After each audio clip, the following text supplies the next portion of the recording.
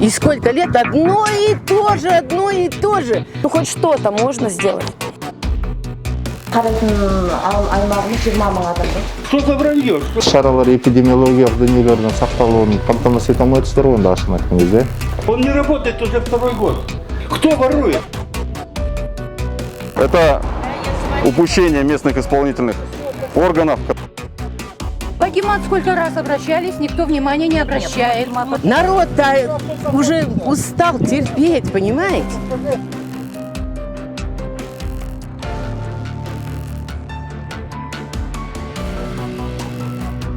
Никакой акимат сейчас не поможет.